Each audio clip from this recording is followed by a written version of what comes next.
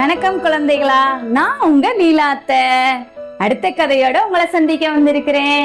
இந்த கதையோட பேர் என்ன தெரியுமா? பட்டாம்பூச்சி. அட, தலைப்ப கேட்ட உடனே சந்தோஷமா இருக்குல்ல? இந்த கதையும் அப்படிதான் இருக்கும். கதைக்குள்ள போலாமா?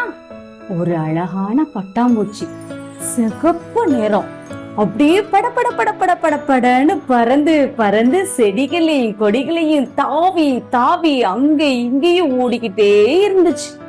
அப்போ ஒரு செடி மேல உட்கார்ந்துட்டு தூரமா பாக்குது. அங்க ஒரு குளம். அந்த குளத்துக்கு நடுவுல ஏதோ சிவப்பு கலரா ஏதோ தெரிஞ்சிச்சு. உடனே அந்த பட்டாம்பூச்சிக்கு ஆச்சரியமா இருந்துச்சு.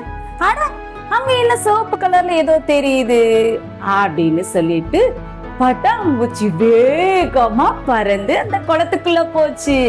பார்த்தா அந்த குளத்துக்கு நடுவுல ஒரு தாமரைப்பூ அவ்வளவு அழகா உங்கள மாதிரியே சிரிச்சிட்டு பூத்து இருந்துச்சு.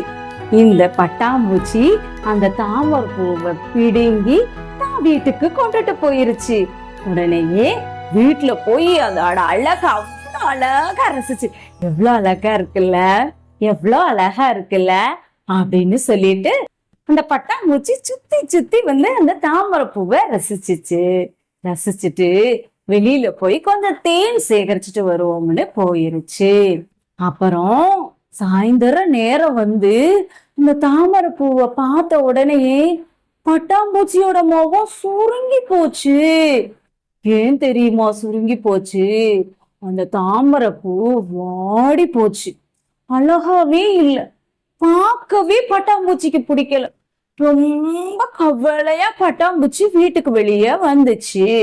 அப்போ அந்த புறமா வந்த மைனா, நனா ஏன் இவ்வளவு சோகமா இருக்க, ஏன் இவ்வளவு கவலையா இருக்க அப்படின்னு கேட்ட போது அந்த பட்டாம்பூச்சி சொல்லுச்சு, நான் ஒரு தாமரை பூ புடுங்கிட்டு வந்தேனா, அழகா இருந்துச்சு. ஆனா என்னாச்சு தெரியுமா? அது அருகி போச்சு, காஞ்சு போச்சு, எனக்கு பார்க்கவே பிடிக்கல அப்படின்னு உடனே மைனா சொல்லுச்சு, அந்த குளத்துல இருந்தா தான் தாமரைப்பூ அழகா இருக்கும், நீ அதோட அழகா ரசிக்க முடியும். நீ பிடுங்குனா அது காஞ்சு போயிருமே, ஏன் நண்பா பிடுங்குன அப்படின்னு சொல்லுச்சு. இப்ப எனக்கு தாமரைப்பூ வேணுமே அப்படின்னு சொல்லி பட்டாம்பூச்சி சொல்லுச்சு.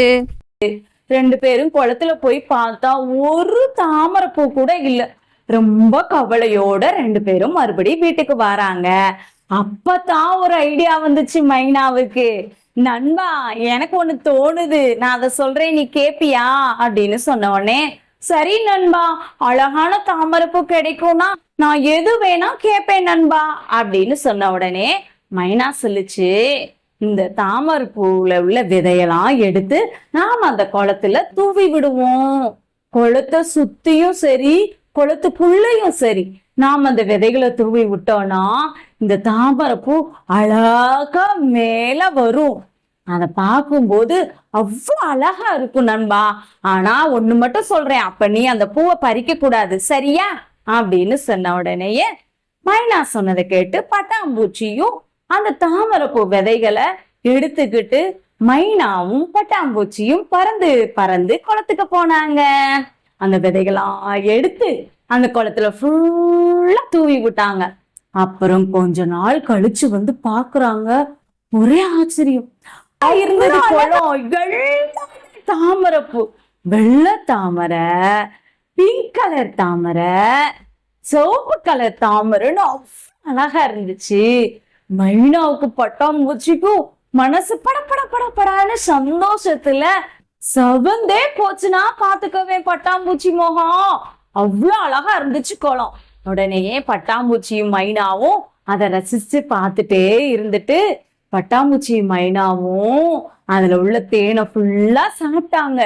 சாப்பிட்டுட்டு சந்தோஷமா வீட்டுக்கு போனாங்க.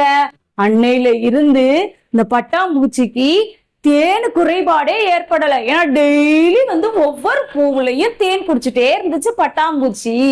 அப்பதான் அது வந்து சார் நம்ம தப்பு பண்ணிட்டோமே, ஆனால் இப்ப நல்லது பண்ணிருக்கோம்னு சந்தோஷம் வந்துச்சு. என்ன குட்டீஸ், கதை நல்லா இருக்கா? இந்த கதைய எழுதுனது யார் தெரியுமா? சுந்தரபாண்டியத்தை சேர்ந்த விவேகா மழலையர் பள்ளியில படிக்கும் சாய் கனிஷ்கா 3ஆம் வகுப்பு தான் படிக்கிறாங்க.